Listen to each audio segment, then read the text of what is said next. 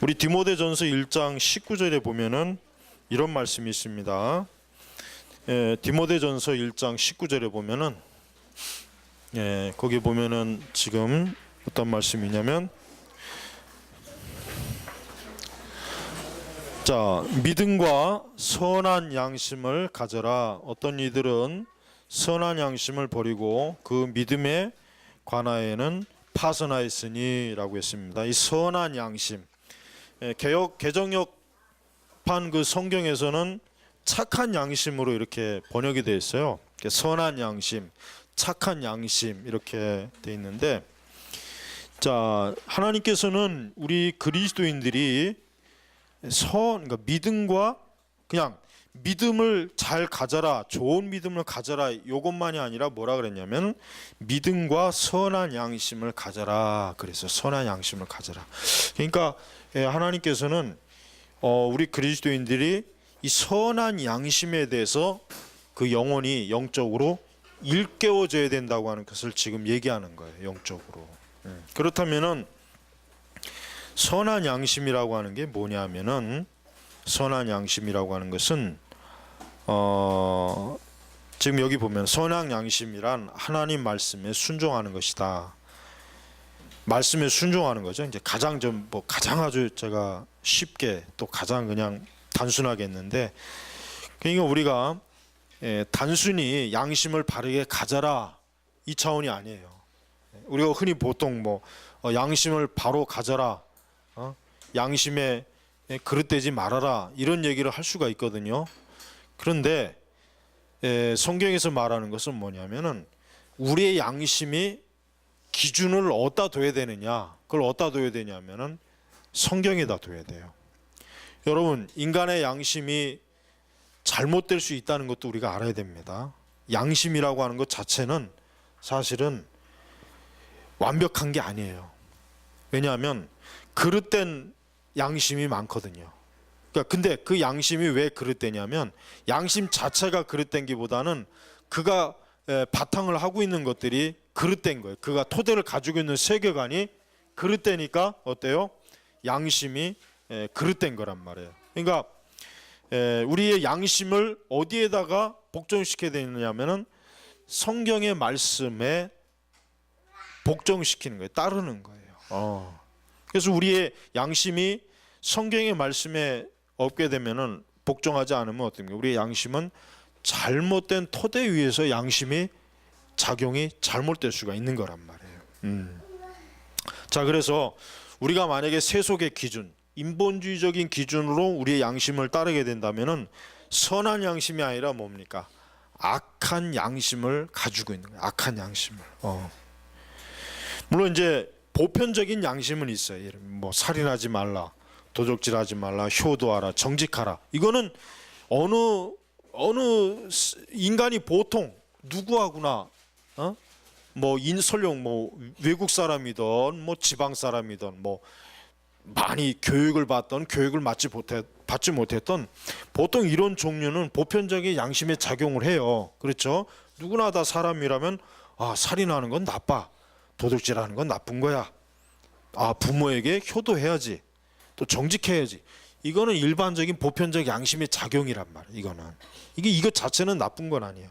그러나 그리스도인들은 하나님 앞에서 매사에 자신의 양심을 돌아봐야 된다. 예를 들면 우리가 이제 가장 쉽게 얘기하는 거, 우상 숭배.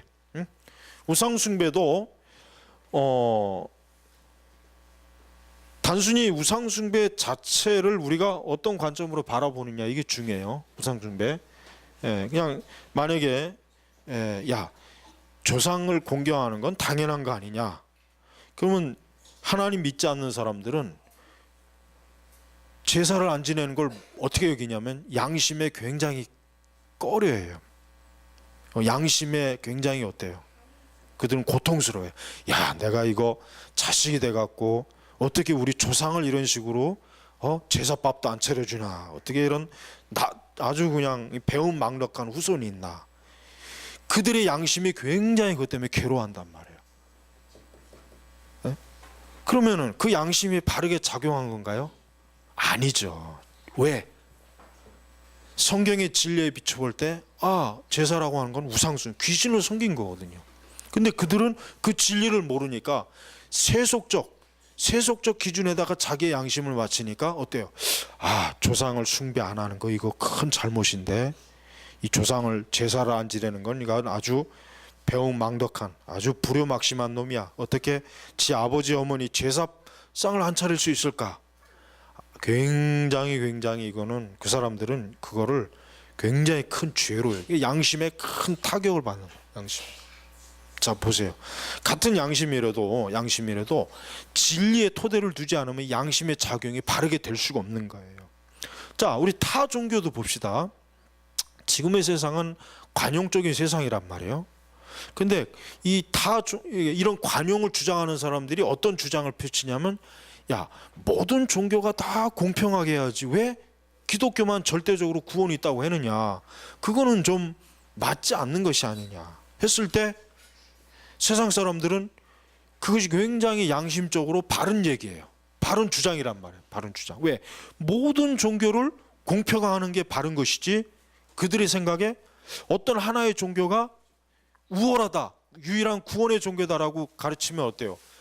이거는 좀 인간의 양심에 맞지 않는 것이다, 그렇게 생각을 한단 말이에요. 그렇지 않겠어요? 하지만 성경에는 뭡니까? 분명히 기독교 외에는 구원이 없어요. 예수 그리스도 외에는 구원이 없는 거예요. 그렇죠? 이게 우리의 양심에 작용하는 거예요. 만약에 진정한 그리스도인이라면 어떻게 됩니까?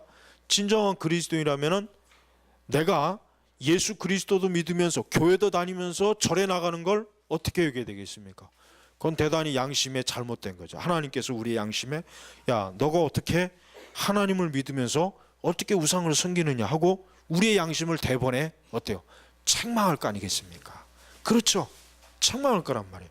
그러나 종교다운주의자들은 반대로 어떻게 하나의 종교에만 절대적으로 구원이 있다고 여길까? 이거는 내 양심에 허용이 안 돼.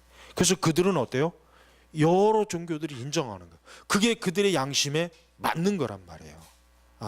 그러니까 우리가 이렇게 양심의 문제라고 하는 것은 어디에 토대를 두느냐에 따라 양심이 막 변덕스러워지는 거예요. 그러니까 모든 양심이 다 옳을 수는 없어요. 모든 양심이 다 옳을 수는 없는 거예요. 그 양심이 오르려면은 그 양심이 토대로 하고 있는 그 세계관이 올바라야 돼. 우리는 어디에다 바탕으로 돼야 됩니까? 성경에다 두는 거예요. 성경. 그러니까 우리가 말씀 위에 양심을 딱 놓게 되면 그 양심은 어때요?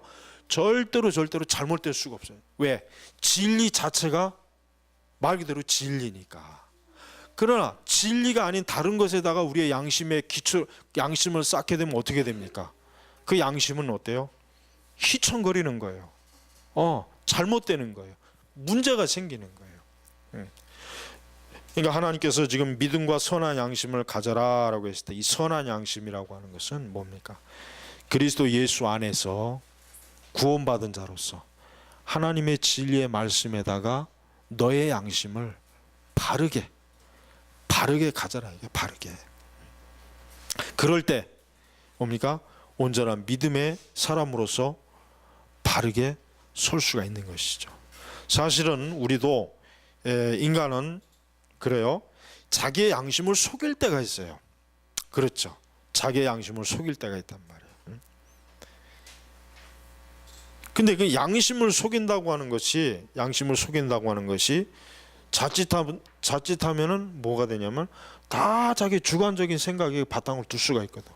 이 사람한테는 전혀 양심을 속이는 문제가 아닌데 나한테는 또 양심을 속이는 문제가 될 수 있단 말이에요. 그러니까 이런 것들이 뭐예요? 도대체 이런 것들을 어떻게 판단할까? 어떻게 구분할까? 하는 것들. 우리가 이제 지난 시간에 좀 연관되는 건데, 예를 들면 어떤 사람이 이제 그 소득 신고를 하는 데 있어서 그 소득 신고를 정직하게 하느냐, 정직하게 하지 않느냐에 따라서 어때요?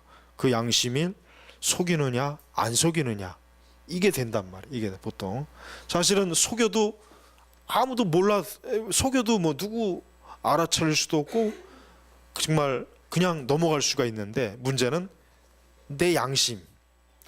나는 안다는 거야. 나는 안다는 거예요.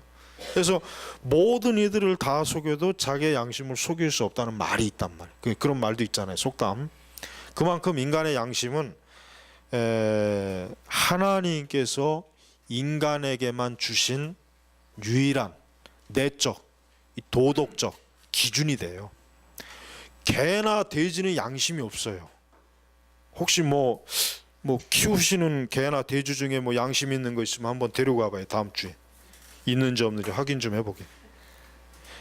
개나 돼지나 이 동물은 양심이 없어요. 소도 그렇고 뭐 돌고래가 가장 IQ가 뛰어나다고 하지만 돌고래도 양심은 없어요. 응? 개도 양심이 없어요. 양심이. 응? 그걸 어떻게 알 수 있느냐? 좀 끔찍한 얘기이긴 하지만 이 혼자 사는 사람들이 고독사하고 나서 개를 많이 키우잖아요. 근데 그 개가 주인이 먹을 걸 못 주죠. 당연히 죽었으니까. 그럼 개가 뭘 먹습니까? 사람 살 뜯어 먹습니다. 그래서 개가 막 그 주인의 죽은 시체를 뜯어 먹고 사는 그런 일들이 우리나라에서도 발생하고 일본에서 특히 많이 발생해요. 그 개가 양심이 있다면은 어떻게 자기를 그렇게 아끼고 사랑하는 주인의 살을 뜯어 먹을 수가 있겠어요? 같이 죽어야지. 같이 목매 죽던지. 근데 이 개가 양심이 있습니까? 본능이죠, 본능. 사람이 왜 하나님의 형상을 담고 있느냐면은 본능대로 사는 게 아니라 뭡니까? 양심이라고 하는 내적 기준이 있기 때문에. 내적 기준. 그래서 임마누엘 칸트는 그 자신의 철학에서 이 양심, 인간의 이성의 이 문제를 이 양심하고 굉장히 연관을 많이 져요. 왜?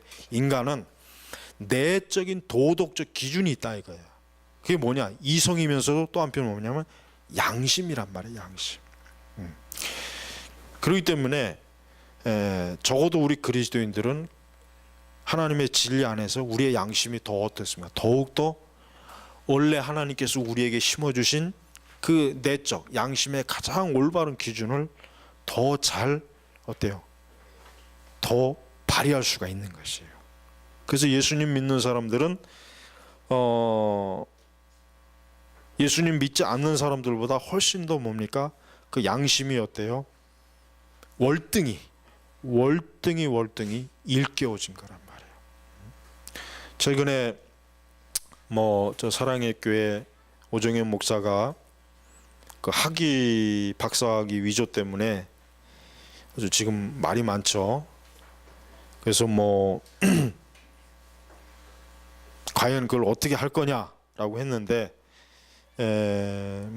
오정현 목사의 그 답을 보면은 그거는 세상 사람들은 혹 그런 변명을 그런 자기 변호할 수 있겠지만 그리스도인은 그럴 수가 없어요. 왜?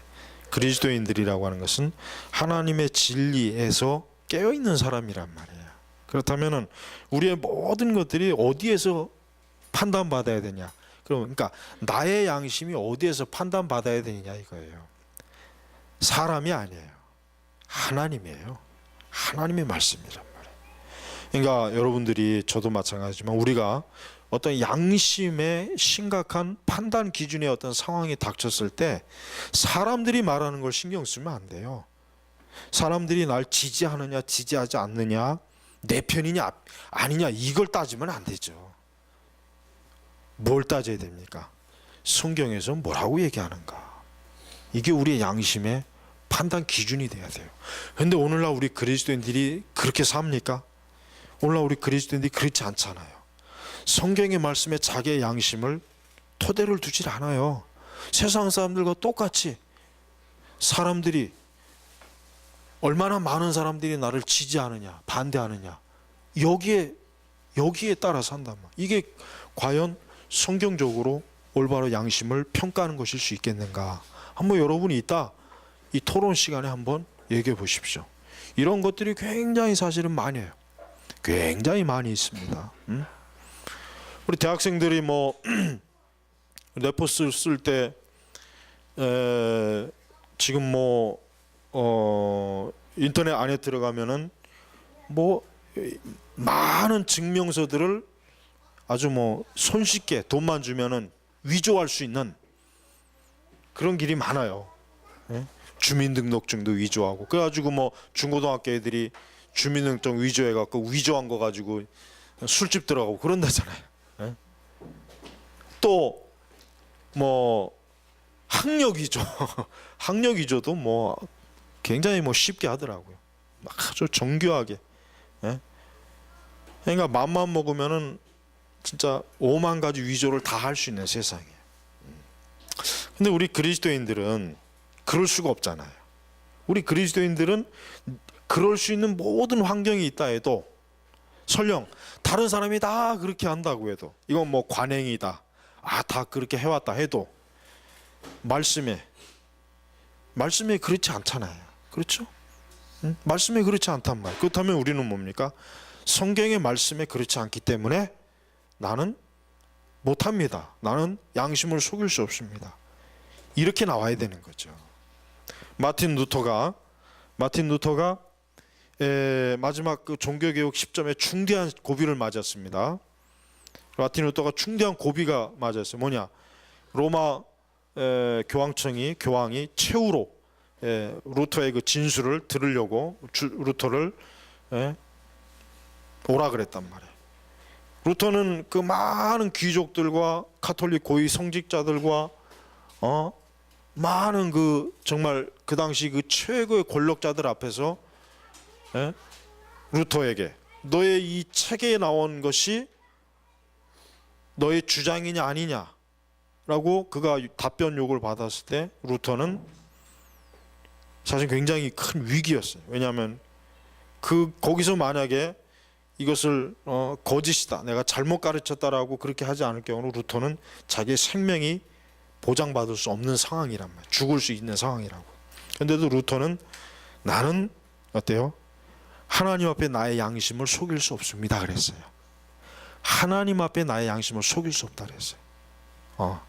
루터가 단순히 하나님을 믿지 않는 사람이라면은 그냥 손쉽게 그냥 뭐 취소하지 뭐. 누가 그랬습니까? 갈릴레오가 그랬잖아요.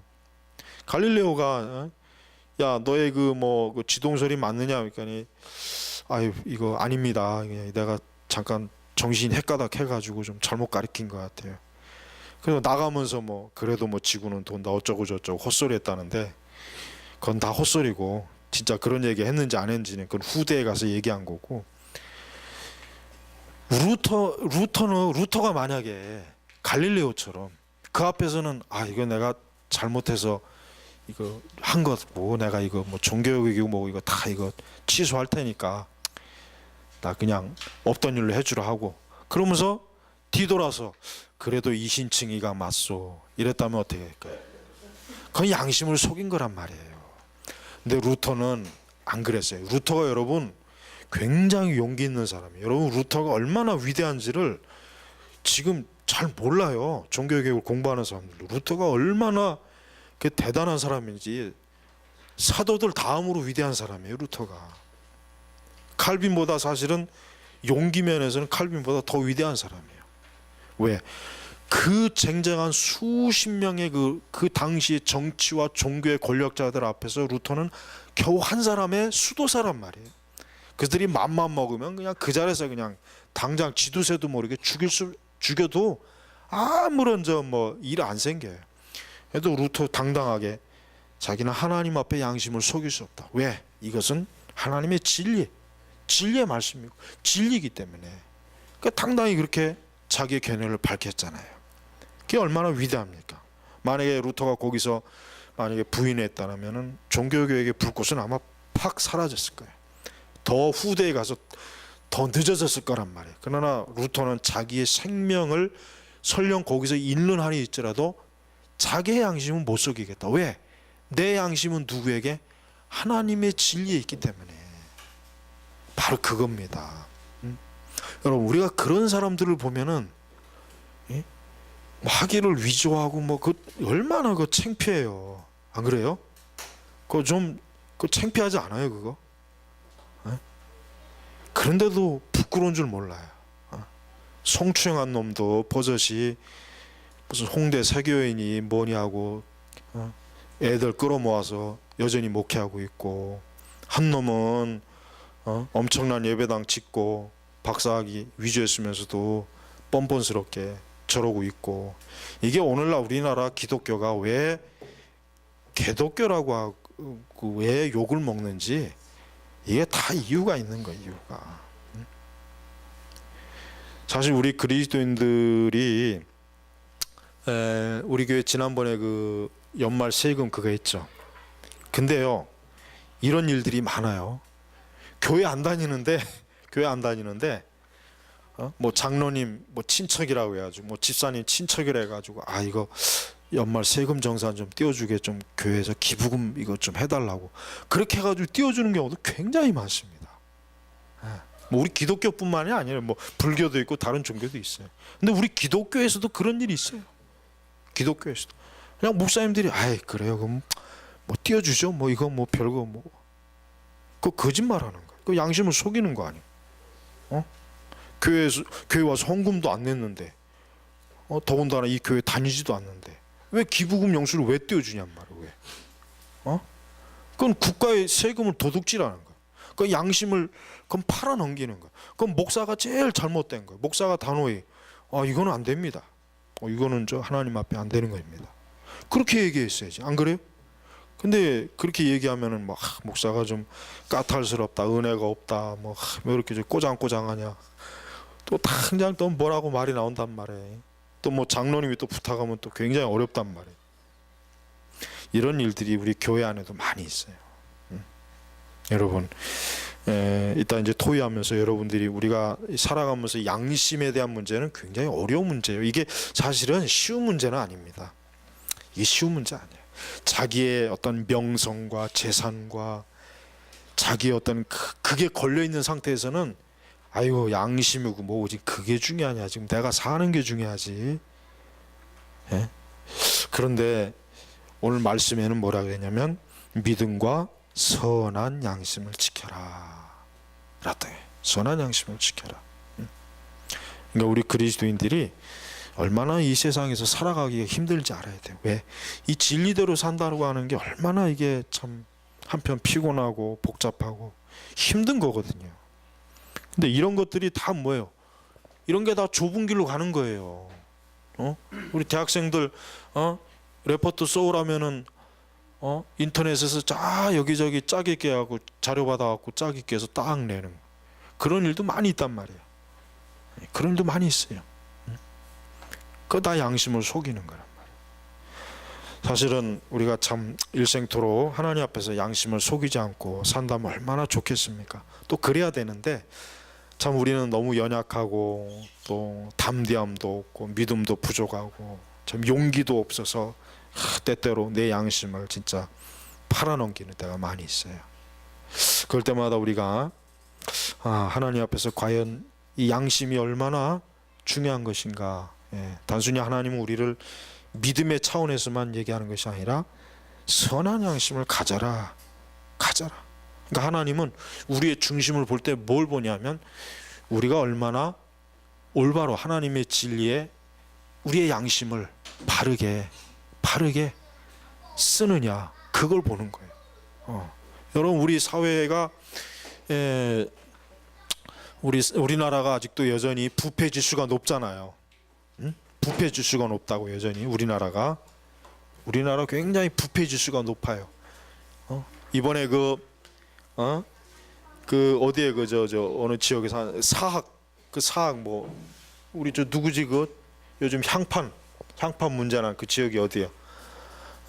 그 사학법에 그 학교 재단 돈을 엄청나게 횡령한 놈을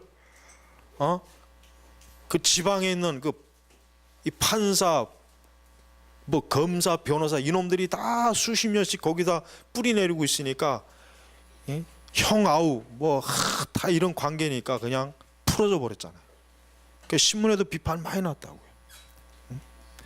이게 양심 불량인데도 불구하고 이 법 쪽에 있는 사람들도 아이 뭐 다 한 다리 건너면 다 아는 사이인데 너무 그렇게 좀 쪼이지 말자, 이런 식으로 해갖고 다 풀어준 거예요. 우리나라가 굉장히 부패 지수가 높아요. 근데 우리나라 뭐 교회가 그렇게 많은데, 교인이 그렇게 많은데 이 부패 지수가 이게 이렇게 많다면은 그리스도인들도 굉장히 거기 많이 참여한다는 거예요. 참여한대. 92년도인가 그 김영삼 정부 때 한번 크게 온 로비 사건 일어났죠. 그때 다 관련자들이 다 교인들이었어요. 장로, 권사, 뭐 심지어는 청문회 때 이 성경을 걸고 내가 이 참말을 한다, 다음 날 뉴스에 거짓말로 딱 드러났어요. 해가지고 얼마나 그게 이 성경책을 걸고 내가 진실을 얘기하는데 다음 날 거짓말. 그 김영삼 정부 때 온노비 사건 아주 큰 사건이었어요. 여러분 보세요. 성경의 말씀까지도 양심을 위해서 팔아넘기는 거예요. 진리까지도. 그러니까 그리스도인들이 이렇게 참 악한 거예요. 그런 걸 보는 사람들이 기독교는 이거 도저히 기독교는 이거 거짓말, 이건 사기 집단이다.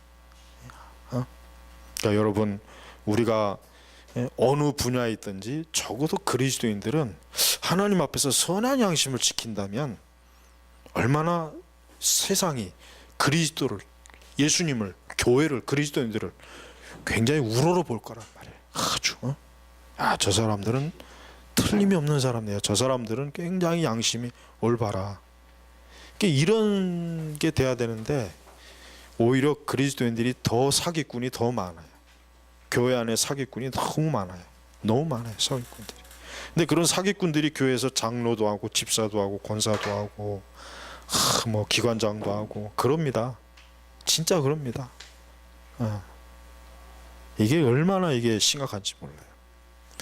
오늘 이 조별 토의할 때 이 양심의 이런 문제들에 대해서 한번 진지하게 잘 좀 토의하면서 우리 하나님 앞에, 하나님 우리의 양심을 이렇게 세밀하게 살펴보시는데 우리는 과연 얼만큼 하나님 앞에 참 이런 부분에서 온전한가 하는 것을 좀 잘 한번 나누시기 바랍니다. 기도하겠습니다. 하나님 아버지, 감사합니다. 참 우리가 사실 참 굉장히 부족합니다. 사실 우리가 살아오면서 얼마나 또 양심을 하나님 앞에 바르게 참 갖추지 못한 일도 많이 있습니다. 우리의 이 악한 죄를 다 용서해 주시었고, 오늘 이 시간을 통해서 우리의 양심을 좀 새롭게 올바로 진리로 돌아보면서 그리스도 앞에 합당한 자로서 선한 양심을 저희가 항상 갖도록 도우시옵소서. 감사하며 예수님의 이름으로 기도 올렸습니다. 아멘.